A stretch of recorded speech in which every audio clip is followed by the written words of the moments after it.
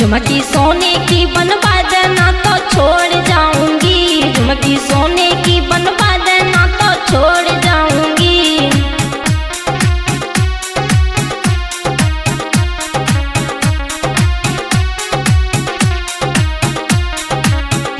झुमकी सोने की बनवा दे सैया छोड़ जाऊंगी, झुमकी। हाँ तो लीजिए, ये भी एक देहाती नाच की तारा है वंशिका स्टूडियो प्रेवादी के माध्यम से। तो एक सखी अपने सैया को समझ आएगी कैरियर का कैरी संजय भैया भगवान कसम सुन ले। झुमकी सोने की बनवा देना तो छोड़ जाऊंगी, झुमकी।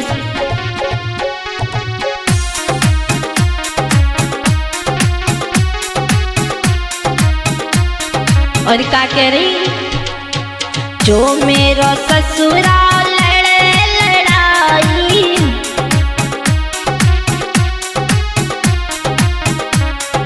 जो मेरी सास लड़े लड़ाई,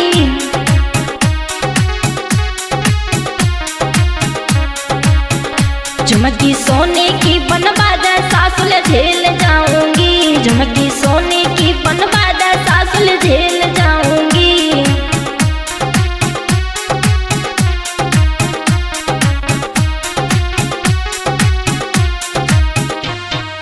सैया झुमकी सोने की बनवा देना तो छोड़ जाऊंगी, झुमकी सोने की बनवा देना तो छोड़ जाऊंगी।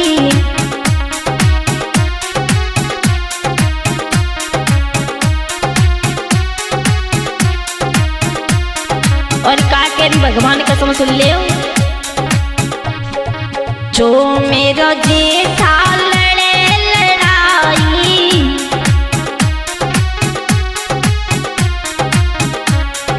जो मेरा जेठा लड़े लड़ाई,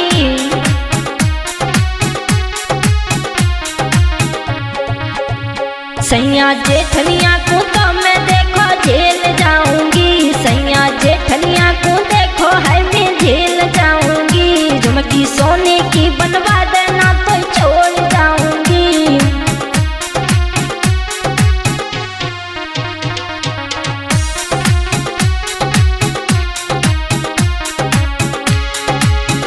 झुमकी सोने की बनवा देना तो छोड़ जाऊंगी, झुमकी सोने की बनवा दे राजा छोड़ जाऊंगी।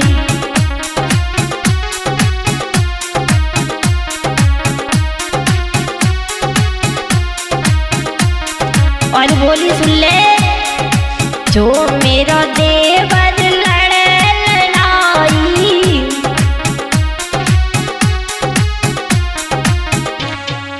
जो मेरे देवर लड़े लड़ाई,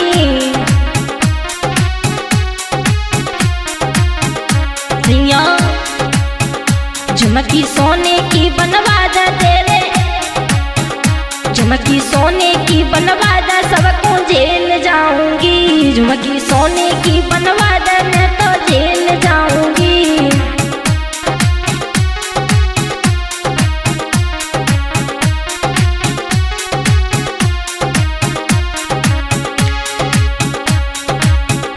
झुमकी सोने की बनवा दे सबको झेल जाऊंगी, झुमकी सोने की बनवा दे तो छोड़ जाऊंगी।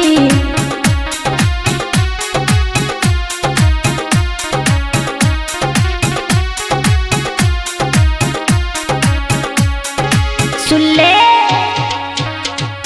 झुमकी सोने की बनवा लेना तो छोड़ जाऊंगी, झुमकी सोने की बनवा देना तो छोड़ जाऊंगी, झुमकी सोने की बनवा देना तो छोड़ जाऊंगी, झुमकी सोने की बनवा देना तो छोड़ जाऊंगी।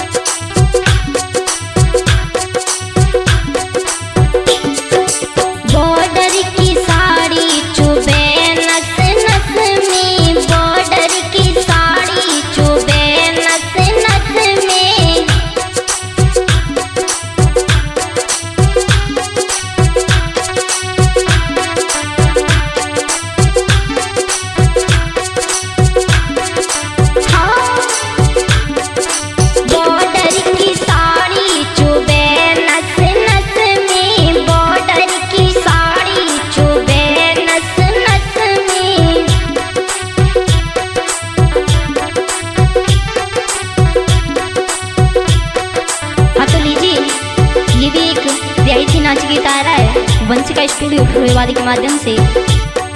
तो एक सखी अपनी संग की सहेली को समझाई कि कैरियर का बोलिए संजय भैया। बॉर्डर की साड़ी चुभे नस नस में, बॉर्डर की साड़ी चुभे नस नस में।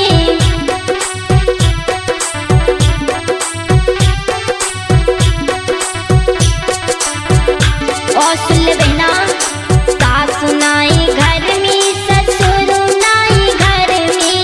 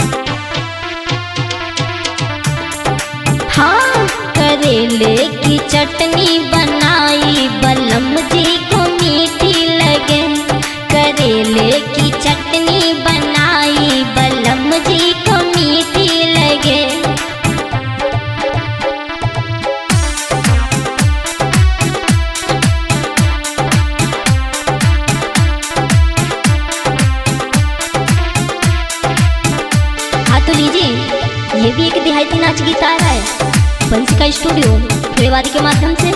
मैं गायक वही जानी पहचानी मनीषा शास्त्री।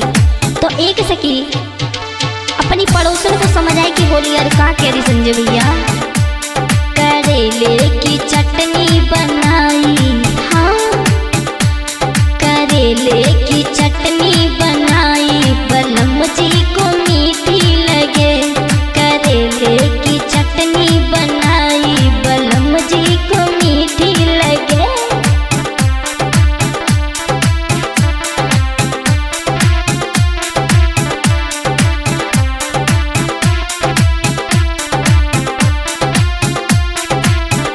और सुन ले बहना, थोड़ी सी चटनी सासुल को चटाई, थोड़ी सी चटनी सासुल जी चटाई,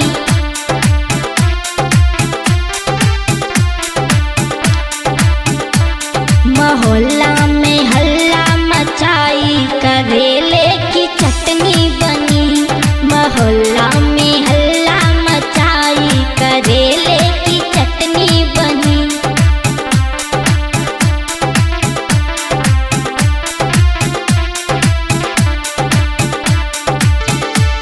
करेले की चटनी बनाई, बलम जी को मीठी लगे, करेले की चटनी बनाई, बलम जी को मीठी लगे।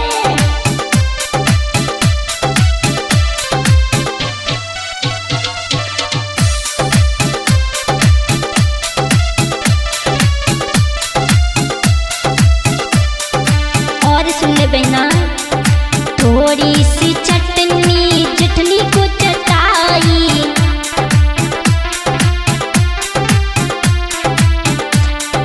थोड़ी सी चटनी चटनी को चटाई,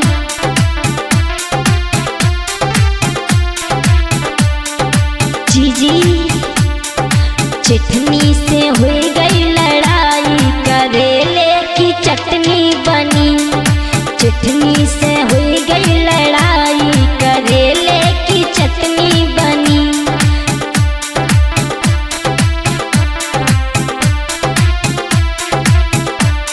करेले की चटनी बनाई, बलम जी को मीठी लगे, करेले